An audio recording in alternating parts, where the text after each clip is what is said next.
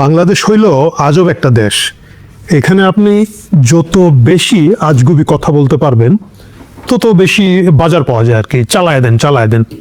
একটা উদাহরণ দেই, ইলেকশনের আগের ঘটনা। লন্ডনে একটা বাসায়, বাঙালি বাসায় দাওয়াত খেতে গিয়েছি। তো স্বাভাবিকভাবেই ইলেকশন নিয়ে কথাবার্তা হচ্ছে। তো আমাদের এক ছোট ভাই, সে খুব বোল্ডলি বলল, ভাই জানেন এবি পার্টির মার্কা কি? তো আরো দু একজন বললো যে না, কে জানে, মানে লোকজন এত ছোট পার্টি বলে, ব্যারিস্টার ফুয়াদের মাথায় টাক আর শকুনের মাথায় টাক। তো ওরা যেহেতু শকুনের স্বভাব, তাই ওরা শকুন মার্কা নিয়ে নির্বাচন করছে। তাই নাকি? শকুন মার্কা নিয়ে নির্বাচন করছে? বলে হ্যাঁ। তো আমি একটু দূরে ছিলাম, আমি শুনে বললাম যে শকুন মার্কা না তো, আসলে তাদের মার্কা হচ্ছে ঈগল। তো ওই যে ছেলেটির কথা বলছে সে খুব বোল্ডলি বল, ওই হইল যা ঈগল তাই শকুন। আলম, যা ঈগল তাই শকুন হবে কেমনে? বলে আপনি জানেন না, ঈগল যখন বুড়ো হয় মাথায় টাক পড়ে যায় তখন এটা শকুন হয়। তো ভাই আমারে বলেন, এই লেভেলের যখন যুক্তি নিয়ে লোকজন কথা বলে তখন আপনি এর সাথে কি কথা বলবেন? এইসব উদ্ভুত জিনিস প্রায় দেখা যায়। সেদিন দেখলাম সাবেক গণভবন, বর্তমান কি যেন জুলাই জাদুঘর, সেখানের যে লেকটা আছে, লেকের পারে এক লোক দাঁড়িয়ে খুব কনফিডেন্টের সাথে বলছে যে মানুষ ধরে ধরে হাত পা বেঁধে এই লেকে ফেলে দেওয়া হইতো, মাছ সেই মানুষগুলাকে খাইতো এবং সেই মাছ পরে শেখ হাসিনা খাইতো। মানে এত ক্রিয়েটিভিটি মানুষের মধ্যে আছে, এত উদ্ভট এবং সুন্দর সুন্দর কথা এরা বলতে পারে যে এরাই বাজার পেয়ে যায়। তো এগুলো ধরেন ব্যক্তি পর্যায়ে বলাল পাগল ছাগলের কথার আসলে খুব একটা গুরুত্ব আমরা না দেই, কিন্তু যখন সরকারের দায়িত্বশীল জায়গা থেকে কেউ এই ধরনের কথা বলেন তখন জিনিসটা আর একটু মজা লাগে। যেমন ধরেন আমাদের প্রধানমন্ত্রীর কিছু একটা উপদেষ্টা, সম্ভবত ডাক্তার জাহেদ-উর রহমান, আপনারা জানেন তিনি আমাদের সিনিয়র ইউটিউবার এবং আমাদের অনেকের আদর্শ। কারণ হচ্ছে ইউটিউব করে যে রাষ্ট্রের একটা গুরুত্বপূর্ণ জায়গায় যাওয়া যায়, তাকে দেখে আমরা অনুপ্রাণিত হচ্ছে এবং দিনের পর দিন ইউটিউব বানিয়ে যাচ্ছি যে কোনো একদিন দেখিস আমরাও। যাক, সেই কথা বাদ দেন। সো জাহেদুর রহমান দেখলাম গত 2 দিন আগে একটা ভিডিওতে খুব কনফিডেন্টলি বললেন, বাংলাদেশে গ্যাসের যে সংকট তার জন্য চোখ বন্ধ করে শেখ হাসিনাকে দায়ী করে দেওয়া যায়। তা বললাম, ভাই চোখ বন্ধ করে কেন শেখ হাসিনাকে দায়ী করে দেওয়া যায়? তো আমার পাশে বসে থাকা আমাদের এক কাজিন, সে আমার বন্ধু মানুষ, সে বলল কারণ হচ্ছে যখন চোখ খুলে তো কিছু দেখতে পারে না, তো চোখ বন্ধ করে, কারণ হচ্ছে অনেক সময় বাথরুমে যখন কষা অবস্থায় বসা থাকে তখন চোখ বন্ধ করতে হয় এবং তখন শেখ হাসিনাকে দায়ী করে দেওয়া যায়। এই কথারও কোনো যুক্তি আমি পেলাম না, বাট আমি বুঝলাম যে বাংলাদেশে গ্যাসের সংকটের জন্য শেখ হাসিনাকে দায়ী করে দেওয়া যায়। তো এতটুকু পর্যন্ত ছিল। পরের দিন আমি হঠাৎ করে দেখলাম পিনাকি ভট্টাচার্য, আমাদের আরেকজন সিনিয়র, আমার এককালীন শাহবাগী সহযোদ্ধা, তিনি একটা ভিডিও করেছে যে গ্যাস সংকটের জন্য দায়ীকে সজীব ওয়াজেদ জয় দায়ী। ওকে, শেখ হাসিনা ছিল, এখন শেখ হাসিনার ছেলে দায়ী। তো আমি দুটো ভিডিও দেখা আসলে দেখলাম যে এখন যেভাবে যাচ্ছে আমাকে নতুন কিছু দিতে হবে। তো আজকে আমরা বিশ্লেষণ করব গ্যাস সংকটের জন্য আসলে সজীব ওয়াজেদ জয় দায়ী না, তার মেয়ে সোফিয়া দায়ী। আসুন আমরা সেই ভিডিও অ্যানালিসিসে এখন যাই। প্রথমেই আমরা ডাক্তার জাহেদুর রহমানের সেই ডায়ালগটা শুনে আসি। আর গ্যাস এবং জ্বালানির যে সংকট, সেটার জন্য রাষ্ট্র সরকারকে দায়ী করার কোনো কারণই নেই। একদম চোখ বন্ধ করে শেখ হাসিনা সরকারকে এটা দায় দিয়ে দেওয়া যায়। কেউ বলতেই পারেন এটা কমন প্রবণতা, কোনো একটা সরকার তার আগের সরকারকে সবসময় ব্লেম করে বাঁচার চেষ্টা করে। হ্যাঁ, এই প্রবণতা আছে, আমি বলি না যে এই প্রবণতা কখনোই ছিল না, কিন্তু আমি এটাও বলতে চাই একই সাথে যুক্তি দিয়ে যদি আমরা দেখি আসলে ব্যাপারটা তাই, তাহলে সেভাবেই ব্যাপারটাকে দেখা উচিত। তো যা কিছু হারায় গিন্নি বলেন কেষ্টা বেটাই চোর, জাহেদুর রহমান সেভাবেই বলেছেন এবং তিনি অনেকগুলা দুঃখ তার ভিডিওতে দেখিয়ে দিয়েছেন। আমরা একে একে সেগুলো আজকে প্রথমে জাহেদুর রহমানের এগুলো বিশ্লেষণ করব। যেমন তিনি একটা ইঙ্গিত দিয়েছেন FSRU, যেটাকে আমরা বলি যে floating storage and regasification unit, মানে হচ্ছে বাংলায় যেটা বুঝি, ভাই আমি ইংরেজি কম বুঝি, যেটা হচ্ছে যে তরলীকৃত যে গ্যাস তরল করে অন্য দেশ থেকে আনা হয় অনেক নিম্ন তাপমাত্রায়, সেটাকে এখানে আবার গ্যাসে রূপান্তর করা হয়। বাংলাদেশে এরকম 2টা FSRU ইউনিট আছে। গুড। উনি দাবি করছেন যে বাংলাদেশে আওয়ামী লীগ সরকার কেন দায়ী? কারণ হচ্ছে গ্যাস যথেষ্ট পরিমাণ বাংলাদেশে অনুসন্ধান না করে FSRU ইউনিট আনা হয়েছে। আসলে কি তাই? আমরা একটা রিপোর্ট দেখি যে এশিয়ান ইনফ্রাস্ট্রাকচার ইনভেস্টমেন্ট ব্যাংক একটা রিপোর্ট করেছিল, যেহেতু বাংলাদেশের আসলে কারো রিপোর্টের উপর আমরা কেউ কাউরে বিশ্বাস করি না। সেখানে কি বলা হচ্ছে, সেখানে ওই সময়তেই বলা হচ্ছে যে 2008 যখন আওয়ামী লীগ সরকার আসে তার পরবর্তীতে রিপোর্টে প্রকাশিত যে বাংলাদেশে গ্যাসের একটা মারাত্মক চাহিদা তৈরি হয়েছে। কেন তৈরি হয়েছে এটা আপনি এখন একটু বিশ্লেষণ করি। আপনাদেরকে মনে রাখতে হবে, একটা দেশের উন্নয়ন সম্পূর্ণভাবে তার এনার্জি সেক্টরের উপর নির্ভর করে। আমরা বাংলাদেশকে যেভাবে একটা লাফ দেওয়াতে চেয়েছিলাম, সেই লাফের গুরুত্ব শেখ হাসিনা বুঝেছিলেন। ব্যক্তিগতভাবে আমি যদি বলেন যে শেখ হাসিনার সমালোচনা করতে হবে, তার দায় দায়িত্ব দিতে হবে, এটা আমি জাহাদের থেকে আরো ভালো পারবো, আর অনেকগুলো তালিকা নিয়ে পারবো। কিন্তু এনার্জি সেক্টরের ইম্পর্টেন্স আওয়ামী লীগ সরকার বুঝেছিল, এটা আমাদেরকে মানতেই হবে। কেন এনার্জি ইম্পর্টেন্ট? এনার্জি ইম্পর্টেন্ট এই কারণে, যখনই আপনি প্রচুর এনার্জি দেশে দিতে পারবেন, ইকোনমিক মুভমেন্ট অনেক অনেক বেশি হয়। বড় বড় শিল্প কারখানা হয়, ভারী শিল্প কারখানা হয়, অনেক লোকের কর্মসংস্থান হয়। এটা একটা জিনিস। আপনি একেবারে সাধারণভাবে দেখেন, আপনি যখন গ্রামেগঞ্জে বিদ্যুৎ দিতে পারতেছেন, কৃষিতে বিদ্যুৎ হচ্ছে, ধান মাড়াইতে বিদ্যুৎ হচ্ছে, ধান ভাঙ্গার মধ্যে বিদ্যুৎ হচ্ছে, বিদ্যুৎ ব্যবহৃত হচ্ছে। ভ্যান গাড়ি যেটা আছে সেটা ব্যাটারি চালিত, যদি সে ব্যাটারি চার্জ দিচ্ছে, সেখানের মধ্যে প্রচুর লোকজন, আমরা বলি এখন টেসলা, আপনি যতই তাদের গালাগালি করেন, হাজার হাজার লাখ লাখ লোকের কর্মসংস্থান ওইখানের মধ্যে তৈরি হচ্ছে। তারপরে ধরেন গ্রামেগঞ্জে মোবাইল যাচ্ছে, মোবাইলের সিম কার্ড বিক্রি করা, বিকাশের টাকা তোলা, ফ্লেক্সিলোডের দোকান, মোবাইল মেকানিক্সের শপ, মানে আপনার এই কয়েকটা জিনিস মাত্র আমার মনে আসলো। মানে আমি বোঝাতে চাচ্ছি যে এনার্জি শুধুমাত্র যে গ্যাস চালিয়ে বাংলাদেশ আপনি রান্না বান্না করবেন তা না। টোটাল এনার্জি সেক্টরের যখন এক্সপান্ড হবে তখন একটা হিউজ লোকের কর্মসংস্থান হবে, অর্থনীতি অনেক অনেক বেশি বেগবান হবে। এটা আওয়ামী লীগ বুঝেছিল। তো বুঝতে গেলে কি করতে হবে? প্রথমেই ইলেকট্রিক বিদ্যুৎ উৎপাদন প্রচুর বাড়ানো হলো। বিদ্যুৎ উৎপাদন বাড়ানোর কারণে বাংলাদেশে প্রথমে যেটা হলো, এর একটা বড় সংখ্যক, যেহেতু আমাদের মধ্যে গ্যাস আছে, গ্যাস দিয়ে সেটা চেষ্টা করা হলো এবং গ্যাসের অনেকগুলো বিদ্যুৎ প্ল্যান্ট স্থাপিত হলো। গ্যাসের একটা চাহিদা বাড়লো, নাম্বার 1। নাম্বার 2, দেশের এই বিদ্যুৎ উৎপাদনের বাইরে অনেকগুলো কলকারখানা শুরু হলো, ক্যাপটিভ পাওয়ার প্ল্যান্ট যেগুলোকে বলে। ক্যাপটিভ পাওয়ার প্ল্যান্ট হচ্ছে গিয়ে বড় বড় শিল্প কারখানা আপনার কাছ থেকে বিদ্যুৎ নেবে না, সরকারের কাছ থেকে বিদ্যুৎ নেবে না, সে তার মতো করে বিদ্যুৎ উৎপাদন করবে এবং তাকে গ্যাস দিলে সে আপনার জাতীয় গ্রিডের ইলেকট্রিসিটি নেবে না, সে ওই গ্যাস দিয়ে তার চাহিদা মেটানো শুরু করবে। এইটা একটা শুরু হলো। আমাদের একটা বৈদেশিক মুদ্রার উপরে একটা বিশাল চাপ আছে। বিশাল চাপ আছে কারণটা কি? আমাদের ধরেন তেলটা, পেঁয়াজটা সব কিছু কিন্তু আমদানি করতে হয়, চালটা পর্যন্ত আমদানি করতে হয়, মাঝে মাঝে মসুর ডাল আমদানি করতে হয়। তো এই যে মানে এই লোকের খাওয়া দাওয়াটাই, বাইরের সব কিছু বাদ দিলে শুধু খাওয়া দাওয়াটাই আমাদেরকে আমদানি করতে হয় এবং আমাদের প্রচুর বৈদেশিক মুদ্রার প্রয়োজন। সেখানে যদি আমরা শুধুমাত্র তেল কিনি, তেল বলতে আমি বোঝাতে চাচ্ছি যদি আপনি পেট্রোল, ডিজেল এগুলো অনেক বেশি কিনতে থাকেন, তাহলে এটার উপরে যে চাপ তৈরি হবে সেই চাপ বাংলাদেশের ইকোনমি নিতে পারবে না। যার কারণে আমাদের দেশে প্রচুর সিএনজি চালিত পরিবহনকে উৎসাহিত করা হয়েছে। কারণ হচ্ছে গ্যাস যেহেতু আমাদের নিজস্ব আছে, সেটা দিয়ে করা হয়েছে। তো ওভারঅল দেখা যাচ্ছে যে এনার্জি যখন আপনাকে বাড়াতে হবে, এনার্জি সেক্টরে যখন আপনাকে বুস্ট করতে হবে, তখন আপনাকে প্রচুর পরিমাণ বিবিধভাবে এনার্জি সাপ্লাই দিতে হবে এবং এটার মূল সোর্স হচ্ছে গ্যাস। এখন এই গ্যাস আপনি চট করে কিভাবে পাবেন? আপনি বাপেক্সের মাধ্যমে বা অন্য যেভাবে হোক অনুসন্ধান চালাবেন, কোনো কূপে আপনি পাবেন, কোনো কূপে পাবেন না। এটা একটা দীর্ঘমেয়াদী প্রক্রিয়া, এটা একটা রুটিন প্রক্রিয়া। ইমিডিয়েট অ্যাকশনের জন্য আমাদেরকে যেটাতে যেতে হবে, এটা হচ্ছে FSRU, যেটা হচ্ছে ভাসমান তরলীকরণকৃত, হোয়াটএভার ভাই, অনেক কঠিন শব্দ বলতে পারি না, LNG যেটাকে বলে, LNG আনবেন এবং সেটা আপনি এখানে আবার গ্যাসে রূপান্তরিত করবেন। রূপান্তরিত করে এই গ্যাস জাতীয় গ্রিডে সাপ্লাই দেবেন এবং এটা বিভিন্নভাবে ইন্ডাস্ট্রিতে, বাসা বাড়িতে বিভিন্নভাবে গিয়ে আপনার ইকোনমিক মুভমেন্টকে অনেক বেশি ত্বরান্বিত করবে। আসুন আমরা দেখি যে ইমিডিয়েটলি এই চাহিদা মেটানোর জন্য আওয়ামী লীগ সরকার FSRU-তে আসলে কি করেছিল। আমরা এই টাইমলাইনটা দেখি, এটা আপনারা খেয়াল রাখবেন, এটা আমাদের আগামী আলোচনায় কিন্তু খুব প্রয়োজন এবং লাগবে। এটা 2008-এর শেষ দিকে গভর্নমেন্ট ক্ষমতা আসার পরে, আওয়ামী লীগ সরকার ক্ষমতা আসার পরে 2010 সালেই কিন্তু তারা এই LNG আমদানি বা FSRU নীতি অনুসরণ করা শুরু করে এবং পেট্রোবাংলা এটা প্রথমে আমেরিকান একটা কোম্পানির সাথে 2016 সালে এটা নিয়ে চুক্তি স্বাক্ষর করে 2017 সালে কাতার গ্যাস, যেটা কাতারের রাষ্ট্রীয় সরকারি গ্যাস প্রতিষ্ঠান, সেটার সাথে দীর্ঘমেয়াদী LNG চুক্তি করে।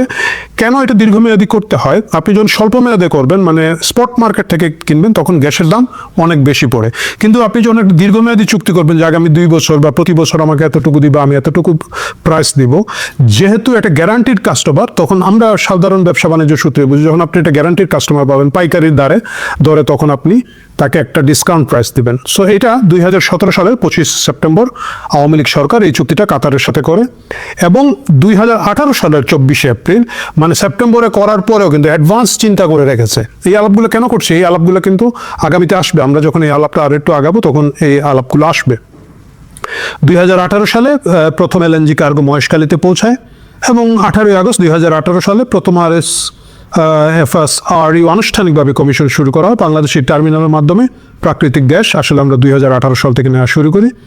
ওকে, এটা কিন্তু আমরা আমেরিকান প্রতিষ্ঠান থেকে নিচ্ছিলাম, এবং 2019 সালে দ্বিতীয় একটা হিসাবে সামিটকে দেওয়া হয় একটা দায়িত্ব। সামিট সেকেন্ড FSRUটা চালু করে। এই দুটোর কারণে আমাদের দেশে এখন গ্যাসের চাহিদা, যদিও মোট চাহিদার তুলনায় এখনও কম আছে, কিন্তু একটা বড় সংখ্যক চাহিদা এটা মেটানো যায়।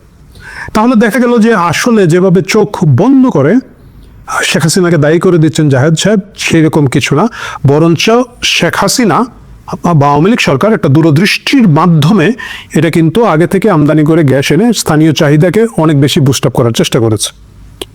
এখন কথা হলো, তাহলে আমরা সরকারি প্রতিষ্ঠান বসিয়ে রেখে, আমরা এত গ্যাসের বাম্বুর মধ্যে আছি, এই সব কিছু বসিয়ে রেখে আমরা কেন বাইরে থেকে গ্যাস আনবো?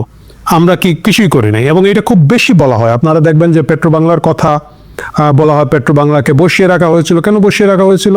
কারণ হচ্ছে আওয়ামী লীগ সরকার চুরি করার জন্য বাইরে থেকে গ্যাস আমদানির জন্য, তাদের নিজেদের লোকজনকে ব্যবসা বাণিজ্য দেওয়ার জন্য তারা এই কাজটা করেছে। এইটা আপনি খুব মুখস্থ শুনুন। কারা বলতেছে? যারা মনে করেন, কি বলবো আপনাদেরকে ভাই, এখন ময়লা থেকে যে গ্যাস বিদ্যুৎ বানাবে, সেইটা আদানির ডাবল দামে কিনতেছে প্রায়। আমরা এটা নিয়েও আলাপ করব। এটা কিনতেছে সেই সরকারের লোক ডাক্তার জাহেদ সাহেব বলতেছে যে আওয়ামী লীগ সরকারের সময় কোনো অনুসন্ধানও নেই। আসুন আমরা সেটাও দেখে আসি। 2008 সালের পরে, যেটা হচ্ছে বাপেক্সের যে, মানে আমাদের বাংলাদেশি যে সংস্থা আছে, তাদের যে গ্যাস অনুসন্ধান প্রক্রিয়া, এটা কিন্তু সমভাবে চলছিল। আমরা দেখতে পাচ্ছি যে 2014 থেকে 18 সালের মধ্যে অনুসন্ধান, ডেভেলপমেন্ট অ্যান্ড ওয়ার্ক ওভার খুব পর্যায়ক্রমে বাড়ানো হয়েছে, বেশ বাড়ানো হয়েছে। ফেব্রুয়ারি 2024 থেকে বাপেক্স 49টি কূপের কাজ সম্পন্ন করে, 12টি এক্সপ্লোরেশন করে, 6টি ডেভেলপমেন্ট করে, এবং 31টি ওয়ার্ক ওভার করে। আপনারা বুঝতে পারছেন কি ব্যাপক সংখ্যক কর্মযজ্ঞ তখন বাপেক্স করেছে। এর মধ্যে 2018 সাল থেকে 20 সাল পর্যন্ত সালদা নর্থ 1, কসবা 1, শ্রীকাইল ইস্ট 1 সহ অনুসন্ধান কূপ খনন করা হয়।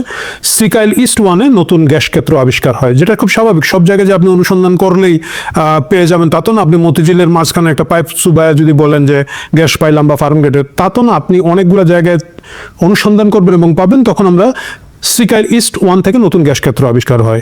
2020 থেকে 21 সালে জকিগঞ্জ 1, সেটা সিলেটে, অনুসন্ধান খুব সফল হয় এবং বাণিজ্যিক গ্যাস পাওয়া যায়। সিলেট 9 কূপও বাপেক্সের নিজস্ব রিগে জনবল দিয়ে খনন করা হয়। 2021 থেকে 24 সাল পর্যন্ত বড় আকারের 2D এবং 3D সেসমিক সার্ভে সম্পন্ন করা হয়। ব্লক 15 ও 22-এ প্রায় 3000 লাইন KM 2D সার্ভে করা হয়। জকিগঞ্জ পাতারিয়া পশ্চিম এলাকায় 3D সার্ভে প্রকল্প নেওয়া হয়। মানে অনুসন্ধান রেগুলার চলছিল। 22 থেকে 23 সালে টবগি 1 ও ইলশা 1-এ অনুসন্ধান কূপে গ্যাস পাওয়া যায়। 23-25 সালে পেট্রোবাংলা, বেপাক্স, বেফেজের মাধ্যমে প্রায় 50টা exploration, development, work over well করার কর্মসূচি নেওয়া হয়। এবং 2024 সালে যখন যে বছর আওয়ামী লীগ সরকার ক্ষমতা থেকে চলে যাচ্ছে, ক্ষমতাচ্যুত হলো আগস্ট মাসে, এর আগে যেটা হয়েছিল, অফশোর মডেলে বাংলাদেশের অফশোর বিডিং রাউন্ড 2024 চালু করা হয়। এর মানে হচ্ছে যে সমুদ্র সীমায় পানির নিচে আমাদের যে গ্যাসগুলো আছে, সেগুলোকে খননের জন্য আমরা আন্তর্জাতিকভাবে একটা বিডিং করা শুরু করি। কারণ হচ্ছে ওই জায়গাটাও আমাদের এক্সপ্লোর করার প্রয়োজন ছিল। এখানে ডাক্তার জাহেদ একটা খুব সুন্দর কথা বলেছেন যে এই এলাকা যখন আমাদের সমুদ্র বিজয় টিজয় হয়ে গিয়েছে, মায়ানমার এবং ইন্ডিয়া সব গ্যাস আগে তুলে নিয়ে গেছে।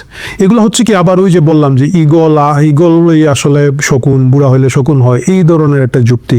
আপনি ইন্ডিয়ার যদি তাদের নিজস্ব রিপোর্টগুলো যদি আপনি দেখেন, পড়েন, আপনি দেখবেন যে 1980 সাল থেকেই ইন্ডিয়া কিন্তু সমুদ্রে বিভিন্ন জায়গায়, এখানে না শুধু, এটা হচ্ছে এই এলাকায় বরঞ্চ যেহেতু একটা ঝগড়া চলছিল, ডিসপিউট ছিল, এই এলাকায় নয়, কিন্তু তাদের যে ব্লকগুলো আছে একেবারে আপনি ওইদিকে গুজরাতের এলাকায় 1980 সাল থেকে কিন্তু তারা এইগুলো করে যাচ্ছে। ইনফ্যাক্ট যে জায়গায় ডিসপিউট ছিল 2014 সালে ইন্ডিয়ার সাথে আমাদের সে ডিসপিউট শেষ হয়, সমুদ্র সীমার একটা বড় অংশ আমরা পাই।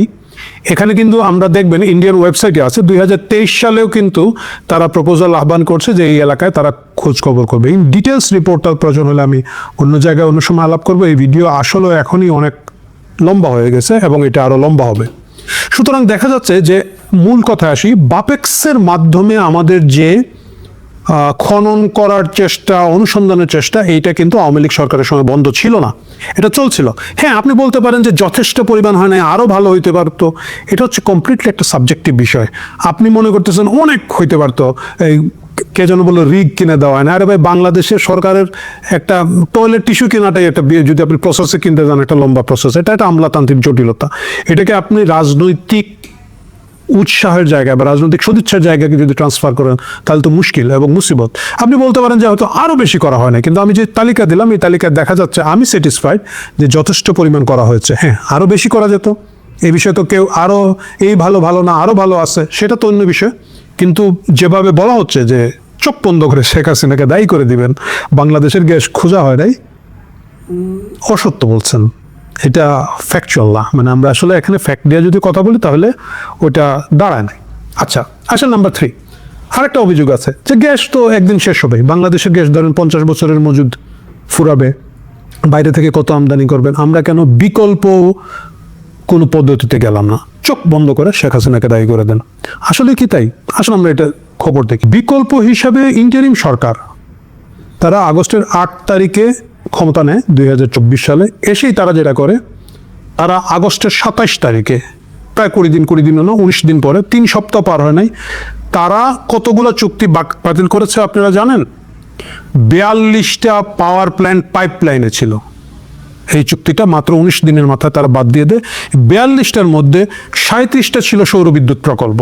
37টা সৌরবিদ্যুৎ প্রকল্প, এটার জন্য আপনাকে গ্যাস দিতে হবে না, পানি দিতে হবে না, পেট্রোল দিতে হবে না। এইখানে বাংলাদেশে সূর্যের আলো থেকে 37টি বিদ্যুৎ প্রকল্প, এবং এই বিদ্যুৎ প্রকল্পগুলো কাদের ছিল? এই বিদ্যুৎ 30 plants were to be set up under the joint venture. বৈদেশিক বিনিয়োগ ছিল এখানে ফ্রম 15 ডিফারেন্ট কান্ট্রিজ। 15টা দেশের বিনিয়োগ ছিল এই 37টা পাওয়ার প্ল্যান্টে, 37টা সৌর বিদ্যুৎ প্রকল্পে, এবং যেটার মাধ্যমে 3102 মেগাওয়াট বিদ্যুৎ উৎপাদন হতো। কেয়ারটেকার সরকার এটা বাতিল করে দিল। মানে দেশের যে কতভাবে হাদি মাইরা গেছে এরা, এই লিস্ট যদি দিতে থাকি মানে আপনাদের মাথা খারাপ হয়ে যাবে ভাই। আচ্ছা, গেল তো বাতিল করে দিল। এই মাল বুঝতে বুঝতে ওদের অনেক সময় লাগছে। ওরা ডিসেম্বরে গিয়া কেয়ারটেকারকে বললো তুক্কু এটা কি হইলো, আবার ওরা একটা বিনিয়োগ আহ্বান করলো যে না ঠিক আছে তোমরা বানাও। কেউ প্রচুর ঘন্টা দিয়া আপনার আন্তর্জাতিক খেলোয়াড়ের বার্তা দেয় নাই, যথেষ্ট পরিমাণ বিড আসে নাই, খুব মানে দেশগুলো আগ্রহ দেখায় নাই। ওই যে বলছিল না আমাদের কাছে সবাই আসবে, আমরা কেন যাব, আমরা আন্তর্জাতিক খেলোয়াড়। ওইটা হচ্ছে ওই প্যারিসে গিয়ে ওই ফুটবল খেলার খেলোয়াড়, বুঝছেন? আন্তর্জাতিক কোনো কেউ পাত্তা দেয় নাই। ওই প্লেন থেকে জাম্প দেওয়া আর শেরাটনে কান্দা বিনিয়োগ সম্মেলন করলে ফরেন ইনভেস্টমেন্ট আসে না। যে ফরেন ইনভেস্টমেন্টের আগে 15টা দেশ থেকে এসেছিল, সেটা এসেছিল আওয়ামী লীগ সরকার এবং শেখ হাসিনা সরকারের সময়। তাদের ম্যানেজমেন্টের উপর ভরসা করে আন্তর্জাতিক খেলোয়াড়কে কেউ কচু দিয়ে পুষা নাই, এটা হচ্ছে বাস্তবতা।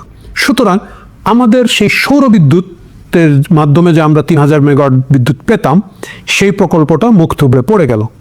ডাক্তার জাহেদ এটা নিয়ে কিন্তু চোখ বন্ধ করে ওনাদের যে মানে উনি নিজেও কিন্তু ডক্টর ইউনূস সরকারের অংশ ছিলেন। উনি কি যেন কমিটির মধ্যে ছিলেন, টাকা পয়সা পাইছে কিনা আমি জানি না, মনে হয় না, লোকটাকে দেখে আমার এরকম মনে হয় নাই।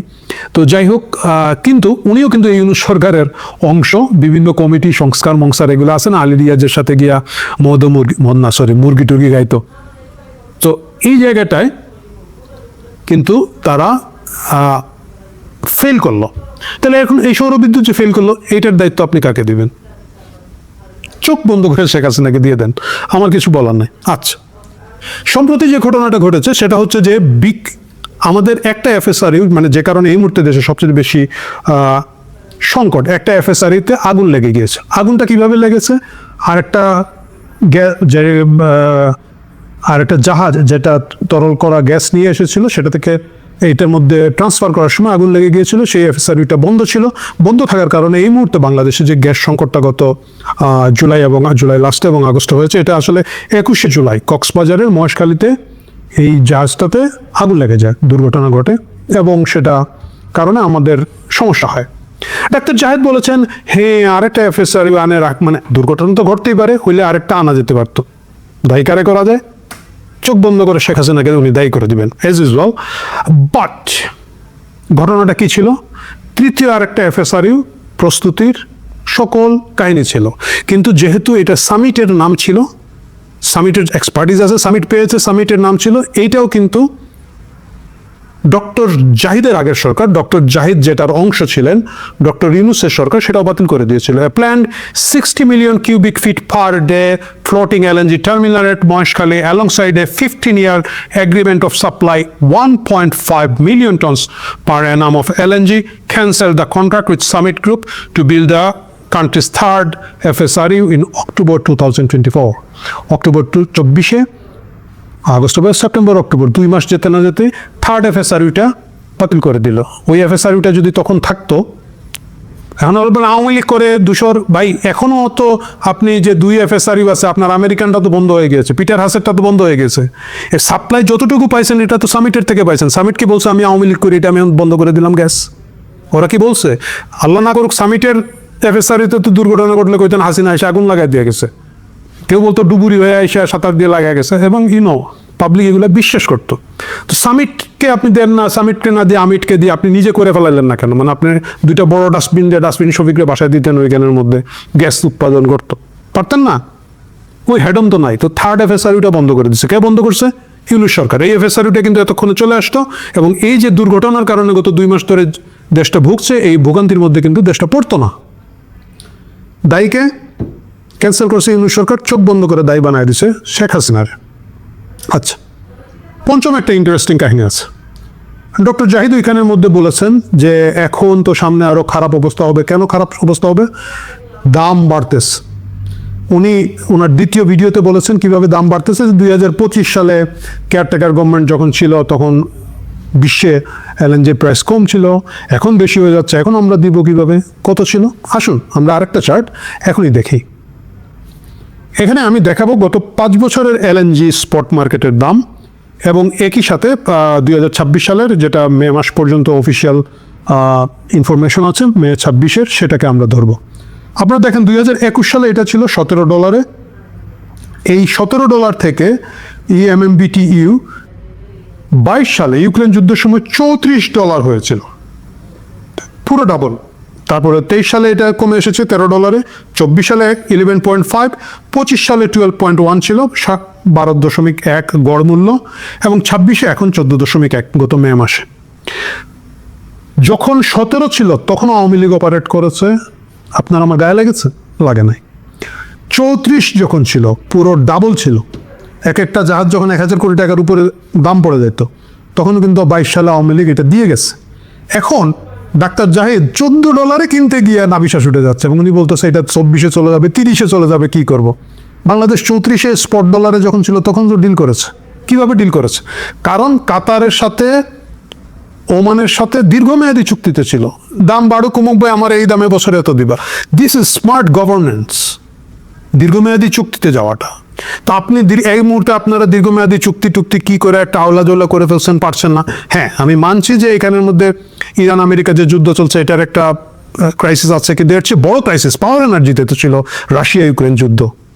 মানে সারা দুনিয়ার সকল গ্যাস তেল যদি রাশিয়ার ইউক্রেন দেয়, ভাই বিশ্বাস করেন যুদ্ধের আগে আমি জানতাম না। তো সেই সময় $34 যখন স্পট মার্কেটের মূল্য ছিল, তখনও তো এটা বাংলাদেশ অপারেট করেছে। হ্যাঁ, আর্থিক চাপ পড়েছে, কিন্তু অপারেট তো করেছে। তো আপনি এই মুহূর্তে কেন পারবেন না ভাই? এই গলা কেন আপনি শুকাচ্ছেন? তো এই যখন আপনারা গলা শুকাচ্ছেন এবং চোখ বন্ধ করে শেখ হাসিনাকে দায়ী করে দিচ্ছেন, সেটা তো আসলে খুব হাস্যকর হচ্ছে। ডাক্তার জাহিদের আসলে এই ভিডিও নিয়ে আরও অনেকগুলো পয়েন্ট আছে। আজকে ভিডিও এমনিতেই বুধ আমার ধারণা অনেক লম্বা হয়ে যাবে, আমি সেই আলাপে যাব না। আমি তারপর ধরেন পিনাকি ভট্টাচার্য, আমাদের সাবেক শাহবাগী সহযোদ্ধা, খুবই মানে বাংলাদেশের সবচেয়ে পপুলার ইউটিউবার, অনেক অনেক বেশি পপুলার আসলে, সকলে মিলে যে ভিউ ওনার একাই প্রায় সেই ভিউ। তিনি বলেছেন যে উনি অবশ্য শেখ হাসিনাকে দায়ী করেন নাই, উনি ওনার বুদ্ধি শুধু জাহেদের চেয়ে ভালো। উনি বলেছেন সজীব ওয়াজেদ জয় দায়ী। কীভাবে সজীব ওয়াজেদ জয় দায়ী উনি অনেকভাবে বের করেছেন, যে 2016 সালে এটা আমেরিকান কোম্পানিকে দেওয়া হয়েছে এবং সজীব ওয়াজেদ জয় যেহেতু আমেরিকা বাস করে, নিশ্চয়ই কোনো একটা সূত্র আছে। যাই হোক, এটা হচ্ছে তো ওনার রাজনৈতিক আলাপ, সেখানে আমি যাব না। কিন্তু এবং উনি একটা খুব কিছু কিছু জায়গায় উনি আসলে চোখে আঙ্গুল দিয়ে দেখিয়ে দিয়েছেন যে বিএনপি সরকারের কী পরিমাণ ব্যর্থতা আছে। গত মার্চ মাসে যখন কাতার বলেছে যে আমরা এনাফ গ্যাস দিতে পারবো না, বিএনপিটাকে হেলদুল করে নাই, এখন তাড়াহুড়া করতেছে, কি করতেছে এবং দোষ দিচ্ছে আগুন লেগে গেছে। যদি আগুন লেগে যায়, আগুন ঠিক হয়ে গেছে আগস্টের 15 তারিখ, আগস্টের 22 তারিখে 23 তারিখে তোমার যদি গ্যাস থাকে তাহলে তো গ্যাস দিয়ে দিবা। তো গ্যাস নাই কেন, মানে তোমার স্টকেই গ্যাস নাই, তুমি এর মানে হচ্ছে মানে উনি দেখিয়েছে চোখে আঙ্গুল দিয়ে যে ডাক্তার জাহেদের সরকার যে এটাকে নিয়ে একটা লেজে গুবরে অবস্থা করেছে, দুর্নীতির ইঙ্গিত দিয়েছে। তো আমি ওইগুলোতে যাচ্ছি না, দীর্ঘ আলাপ হয়ে যাবে। উনি একটা কথা বলেছে যে বুট পদ্ধতিতে, বিল্ট ওন অপারেট ট্রান্সফার পদ্ধতিতে বাংলাদেশ সরকার বিভিন্ন সময় আওয়ামী লীগ সরকার যেগুলো কিনেছে, এগুলা দামের কারণে এটা ঠিক না, কারণ যে পরিমাণ পুরো প্ল্যান্টের দাম হবে সেই পরিমাণ দাম আসলে ক্যাপাসিটি চার্জ হিসাবে বাংলাদেশ সরকার এটাকে করে রেখেছে, যার কারণে এটা আমাদের জন্য লস হবে। এই জিনিসটা আমি আসলে একটু ব্যাখ্যা করতে চাই আমার দর্শকদের জন্য। বুট আপনি যদি এইভাবে দেখেন তাহলে কিন্তু জিনিসটা তাই মনে হয়। যেমন ধরেন আমি গার্মেন্টস ইন্ডাস্ট্রিতে একটা সময় দীর্ঘদিন কাজ করেছি, আপনারা অনেকে জানেন যে আমার ব্যবসাগুলোর মধ্যে একটা ছিল গার্মেন্টস ব্যবসা, সুতরাং গার্মেন্টস দিয়ে উদাহরণ দিই, আপনাদের বুঝতে হয়তো কিছুটা সুবিধা হবে। যেমন ধরেন একটা গার্মেন্টস ইন্ডাস্ট্রি আমরা যখন করতাম তখন একটা মেশিনের, চাইনিজ মেশিন, সেলাই মেশিনের দাম ছিল $250। তো $250 যদি হয়, আপনি 50টা সেলাই মেশিন দিয়ে যদি আপনি করেন তাহলে কত হয়? 250, মানে সব মিলে আমার মনে আছে আমরা $80,000 মেশিন কিনেছিলাম এবং গার্মেন্টস। তাহলে $80,000 এখনকার রেটে যদি ধরেন, $80,000 দিয়ে একটা 4 লাইনের Robin garments shirt factory machine কেনা যায়। তো $80,000 এখন কত? ধরেন আমি 1 কোটি টাকা ধরলাম, আমি জটিল হিসাবে গেলাম না। আর আপনি ধরেন একটা ফ্যাক্টরি রেডি করতে কিছু লাইট বাল্ব, আপনি জানেন পারমিশন হাবি জাবি, ভাড়ার চুক্তি মিলে আরও 1 কোটি। তাইলে 2 কোটি টাকা দিয়ে তখন কার তুলনা করছে, একটা গার্মেন্টস ফ্যাক্টরি আপনি করতে পারবেন না। তো 2 কোটি টাকার একটা গার্মেন্টস ফ্যাক্টরি যখন আপনি করবেন, আপনি একটা ভালো বায়ার ধরেন H&M, টার্গেট বা অন্য মানে মোটামুটি বাংলাদেশে যারা খুব বড় বায়ার, তো এদের কাছ থেকে তো আপনি মাসে 2 কোটি টাকার শার্টের অর্ডার পাবেন। এর মানে কি, এখন কি যে বড় বায়ার আছে যে H&M ধরেন বা টার্গেটের কথা বলছি, ওয়ালমার্ট ধরেন, তো ও তো চিন্তা করতে পারে যে ভাই ও 2 কোটি টাকার তো শার্ট ওর থেকে আমি মাসে কিনি, তো আমি নিজে গার্মেন্টস ফ্যাক্টরি দিই না কেন? ওরা কি কেউ গার্মেন্টস ফ্যাক্টরি দিয়েছে বাংলাদেশ? তা তো দেয় নাই। কারণ এই মেশিনের দাম দিয়ে কিন্তু আপনি পুরো অপারেশনাল সিস্টেমটাকে বিচার করাটা ভুল হবে। সেম আপনি 2 কোটি টাকার মেশিনের সেট আপ দিয়ে 2 কোটি টাকা মাসে ভাবছেন আয় করছেন, আসলে তা কিন্তু আয় করছেন না। কারণ 2 কোটি টাকার অর্ডারের মধ্যে আপনার 2 কোটি টাকার গার্মেন্টস চালাতে হলে 60 থেকে 80 লক্ষ টাকা বেতন দিতে হয়। বিদ্যুৎ বিল, গ্যাস বিল, ট্যাক্স, অন্যান্য খাজনা মাজনা সব কিছু আপনাকে দিতে হবে, কাপড় কিনতে হবে, বোতাম কিনতে হবে, সুতা কিনতে হবে। সো শুনতে যেরকম লাগে বাস্তবতা তা না। আপনি হয়তো 2 কোটি টাকার একটা অর্ডার করে 10 লক্ষ টাকা প্রফিট করবেন। সুতরাং বুটের মাধ্যমে যেভাবে বলা হচ্ছে যে পাওয়ার প্ল্যান্টের দাম, আমি আসলে পুরো ডিটেলস আমার ভিডিওতে নাই না, প্রয়োজনে আমি আরেকটা ভিডিওতে ওইগুলো আলাপ করতে পারবো। বুটের মানে তাই না যে না এই একটা পাওয়ার প্ল্যান্ট করতে ওদের 10 কোটি টাকা খরচ হয়েছে, সরকার এটার ক্যাপাসিটি চার্জ 10 কোটি দিয়ে রাখছে কেন? আপনাকে দুনিয়া সবখানে ক্যাপাসিটি চার্জ দিতে হবে। ক্যাপাসিটি চার্জ দিতে হবে কেন? কারণ আপনাকে গ্যারান্টি দিতে হবে আপনি এটা কিনবেন। আপনি যদি না কিনেন তাহলে একটা লোক এই মেশিনটা, এই টাকাটা এখানে ইনভেস্ট করবে না। এখানে অসংখ্য প্রাইভেট সেক্টরে আপনারা যারা কাজ করেন আপনারা জানেন অনেক আছে। আমি গার্মেন্টস ইন্ডাস্ট্রির কথা বললাম, গার্মেন্টস ইন্ডাস্ট্রি তো আছে। ধরেন একটা বড় বায়ার একবার আমাদেরকে অফার করলো যে তোমরা মেয়েদের ব্লেজার বানাও, কারণ বাংলাদেশে এই প্রোডাক্টটা হয় না। বাংলাদেশে আসলে শার্ট টার্ট এগুলো হয়। যখন চায়নার সাথে একটা টেনশন তৈরি হয়ে গেল, ওরা বললো তোমরা বানাও। তো আমি কিন্তু তাদেরকে বলছি যে এই ব্লেজার বানানোর মেশিন কিন্তু জার্মানি থেকে আনতে অনেক এক্সপেন্সিভ মেশিন, একটা পুরো সেট আপ। তোমাকে গ্যারান্টি দিতে হবে যে মিনিমাম তুমি এত পিস প্রতি মাসে আমার কাছ থেকে কিনবা, না হলে কিন্তু আমি এইটা এনে পারবো না। তুমি পরে বললা যে না আমি টার্কি থেকে কিনবো, ভিয়েতনামে চলে যাব, আমার কিন্তু এই মেশিন নিয়ে অন্য বায়ার নাই। এটা খুব জেন্টলম্যান এগ্রিমেন্ট। সুতরাং এই বুটের মাধ্যমে করার কারণে, যে কারণে আওয়ামী লীগের দায়ী করা হয়, শেখ হাসিনাকে দায়ী করা হয়, এটা খুব লজিক্যাল দায় নয়। তো প্রিয় দর্শক, আজকে আসলে ভিডিওটা অনেক লম্বা হয়ে যাবে বলে আমার ধারণা, আমি অনেকক্ষণ ধরে এটা রেকর্ড করছি। এক হইতে পারে। আপনারা এইগুলো বোঝার চেষ্টা করবেন, বোঝার চেষ্টা করলে আমি পরবর্তীতে আরেকটা ভিডিও বানাবো, বানায় আরেকটু বিশ্লেষণ করবো, শুধু এটা না বিভিন্ন ইস্যুতে। অথবা মুখস্থ বলে যাবেন, ওই যে শুরু করেছিলাম যেটা দিয়ে, ঈগল যাহা ঈগল তাহাই শকুন। বলতেই পারেন যে গণভবনের পুকুরে জ্যান্ত মানুষ ছেড়ে দিত, মাছ সেই মাংস কি যেন মানুষ খাইতো, সেই মাছ শেখ হাসিনা খাইতো, বলতেই পারেন। এবং সেইভাবে যদি বলতে চান, তো এতদিন আপনারা কেউ চোখ বন্ধ করে শেখ হাসিনাকে দায়ী করছেন, কেউ সজীব ওয়াজেদ জয়ের দায়ী করছেন। জিনিসটা আরো স্পাইসি করে দায়ী করে ফেলতে পারেন যে সজীব ওয়াজেদ জয়ের মেয়ে আসলে গ্যাস সংকটের জন্য দায়ী। ব্রেন না থাকলে টেনশন নাই, ব্রেন না থাকলে ব্রেন ক্যান্সারের ভয় নাই, যে কোনো কিছু বিশ্বাস করাই তো যেতে পারে। ভালো থাকবেন।